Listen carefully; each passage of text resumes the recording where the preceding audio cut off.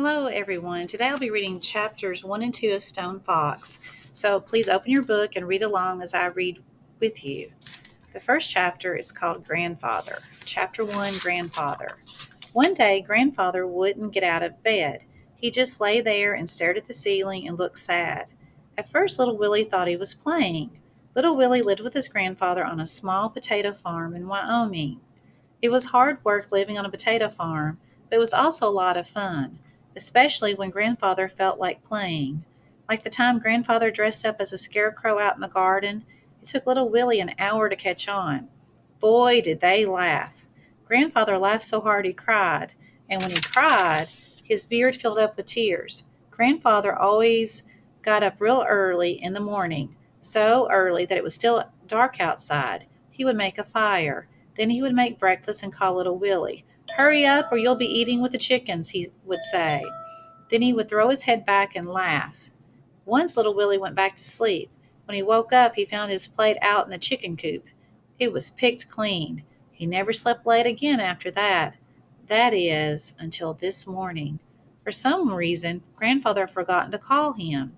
That's when little Willie discovered that Grandfather was still in bed. There could only be one explanation. Grandfather was playing. It was another trick. Or was it? Get up, Grandfather, little Willie said. I don't want to play any more. But Grandfather didn't answer. Willie ran out of the house. A dog was sleeping on the front porch. Come on, Searchlight, little Willie cried out. The dog jumped to his feet, and together they ran off down the road. Searchlight was a big black dog. She had a white spot on her forehead the size of a silver dollar. She was an old dog, actually born on the same day as little Willie, which was over 10 years ago. A mile down the road, they came to a small log cabin surrounded by tall trees. Doc Smith was sitting in the rocking chair under one of the trees, reading a book. Doc Smith, little Willie called out. He was out of breath. Come quick! What seems to be the matter, Willie? The doctor asked, continuing to read. Doc Smith had snow white hair and wore a long black dress. Her skin was tan and her face was covered with wrinkles. Grandfather won't answer me, little Willie said. Probably just another trick, Doc Smith replied. Nothing to worry about. But he's still in bed. Doc Smith turned the page and continued to read. How late did you two stay up last night? We went to bed early, real early. No singing or music or anything. Doc Smith stopped reading. Your grandfather went to bed without playing his harmonica? She asked. Yes, little Willie nodded. Doc Smith shut her book and stood up. Hitch up Rex for me, Willie. She said, I'll get my bag. Rex was Doc Smith's horse. He was a handsome palomino. Little Willie hitched Rex to the wagon, and they rode back to Grandfather's farm. Searchlight ran on ahead, leading the way and barking. Searchlight enjoyed a good run. Grandfather was just the same. He hadn't moved. Searchlight put her big front paws up on the bed and rested her head on Grandfather's chest. She licked his beard, which was full of tears. Doc Smith proceeded to examine Grandfather. She used just about everything in her little black bag. What's that for? Little Willie asked. What are you doing now? Must you ask so many questions? Doc Smith said. Grandfather says it's good to ask questions. Dr. Smith pulled a long silver object from her doctor's bag. What's that for? Little Willie asked. Hush! Yes, ma'am. I'm sorry. When Doc Smith had just finished her examination, she put everything back into her little black bag when she walked over to the window and looked out at the field of potatoes. After a moment, she asked, How's the crop this year, Willie? Grandfather says it's the best ever. Doc Smith rubbed her wrinkled face. What's wrong with him? Little Willie asked. Do you owe anybody money? She asked. No, Little Willie said. Little Willie answered. What's wrong? Why won't you tell me what's wrong? That's just it, she said. There's nothing wrong with him. You mean he's not sick? Medically, he is healthy as an ox. Could live to 100 if he wanted to. I don't understand, Little Willie said. Doc Smith took a deep breath, and then she began. It happens when a person gives up on life for whatever reason, starts up here in the mind first, then spreads to the body. It's a real sickness, all right, and there's no cure in the person's own mind. I'm sorry, child, but it appears that your father just doesn't want to live anymore. Little Willie was silent for a long time before he spoke. But what about fishing and the rodeo and turkey dinners? Doesn't he want to do those things anymore? Grandfather shut his eyes, and tears rolled down his cheeks and disappeared into his beard. I'm sure he does, Doc Smith said, putting her arms around little Willie. It must be something else. Little Willie stared at the floor. I'll find out. I'll find out what's wrong and make it better. You'll see. I'll make Grandfather want to live again. And Searchlight barked loudly. Chapter 2. Little Willie. A 10-year-old boy cannot run a farm, but you can't tell a 10-year-old boy that, especially a boy like little Willie. Grandfather grew potatoes, and that's exactly what little Willie was going to do. The harvest was just weeks away, and little Willie was sure that the crops was a good one. Grandfather could get well. Hadn't Grandfather been overly concerned about the crop this year? Hadn't he insisted that every square inch of land be planted? Hadn't he got up in the middle of the night to check the irrigation? Going to be our best ever, Willie, he said, and he said it over and over again. Yet after the harvest, everything would be all right. Little Willie was sure of it. But Doc Smith wasn't. He's getting worse, she said 3 weeks later. It's best to face things, Willie. Your grandfather is going to die. He'll get better. You'll see. Wait till after the harvest. Doc Smith shook her head. I think you should consider letting Miss Peacock in town take care of him, like she does those other sickly folks. He'll be in good hands until the end comes. Doc Smith stepped up into the wagon. You can come live with me until we make plans. She looked at Searchlight. I'm sure there's a farmer in these parts who needs a good work dog. Searchlight growled, causing Dr. Smith's horse, Rex, to pull the wagon forward a few feet. Believe me, Willie, it's better this way. No! Shouted little Willie. We're a family, don't you see? We got to stick together. Such Searchlight barked loudly, causing the horse to rear up on his hind legs and then take off running. Doc Smith jammed her foot on the brake, but it didn't do any good. The wagon disappeared down the road in a cloud of dust. Little Willie and Searchlight looked at each other, and then little Willie broke out laughing. Searchlight joined him by barking again. Little Willie knelt down, took Searchlight by the ears, and looked directly into her eyes. She had the greenest eyes you'd ever seen. I won't ever give you away, ever, I promise.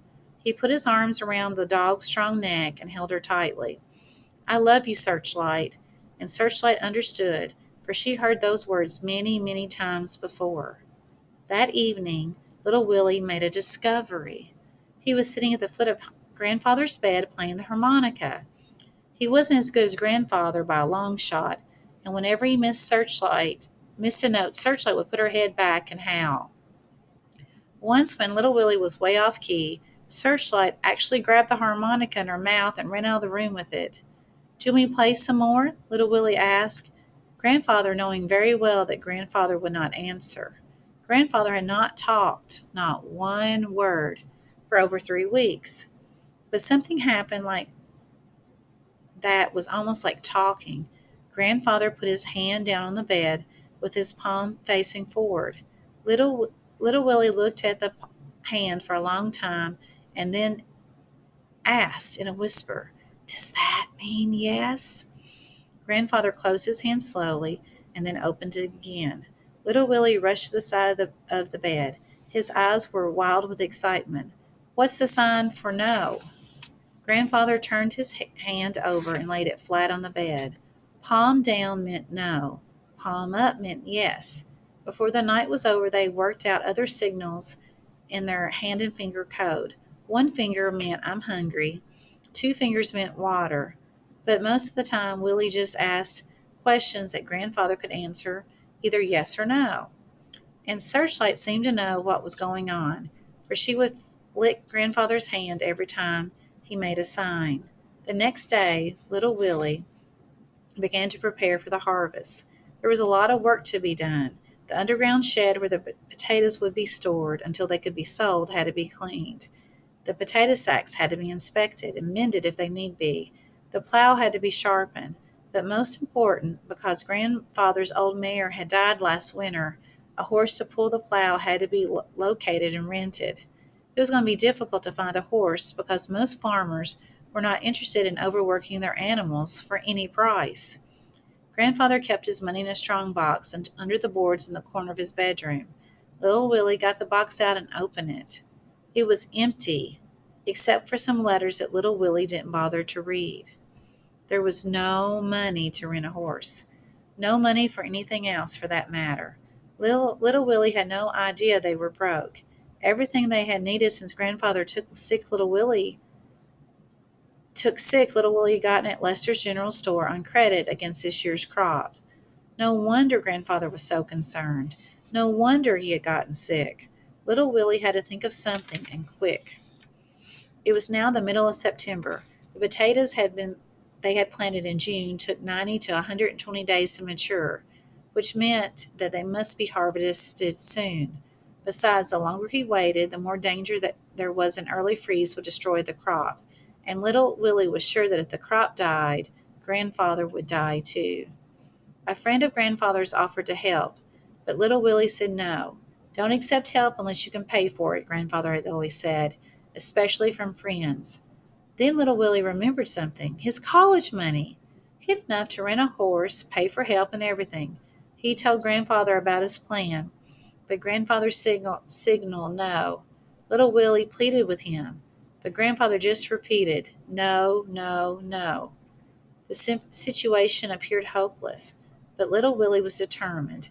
He would dig up the potatoes by hand if he had to. And then Searchlight solved the problem. She walked over and stood in front of the plow. In her mouth was the harness she wore during the winter when she pulled the snow sled. Little Willie shook his head. Digging up a field is not the same as riding over snow, he told her. But Searchlight just stood there and would not move. You don't have the strength, girl.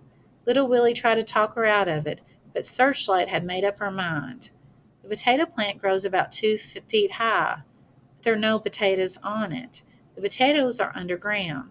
The plow digs up the plants and churns the potatoes to the surface, when they can be picked up and put into sacks. It took little Willie and Searchlight over 10 days to complete the harvest, but they made it. Either the dirt was softer than little Willie had thought, or Searchlight was stronger, because she actually seemed to enjoy herself.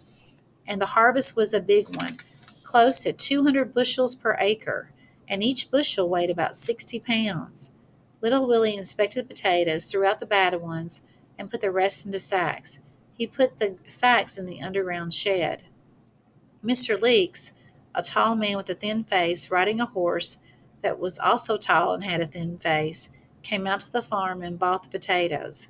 Last year, grandfather had sold the crop to Mr. Leeks, so that's what little Willie did this year. We made it, grandfather, little Willie said, as tears of happiness rolled down his cheeks. See? Little Willie held up 2 handfuls of money. You can stop worrying. You can get better now. Grandfather put his hand down on the bed. Palm down meant no. It was not the crop that he'd been worried about. It was something else. Little Willie had been wrong all along.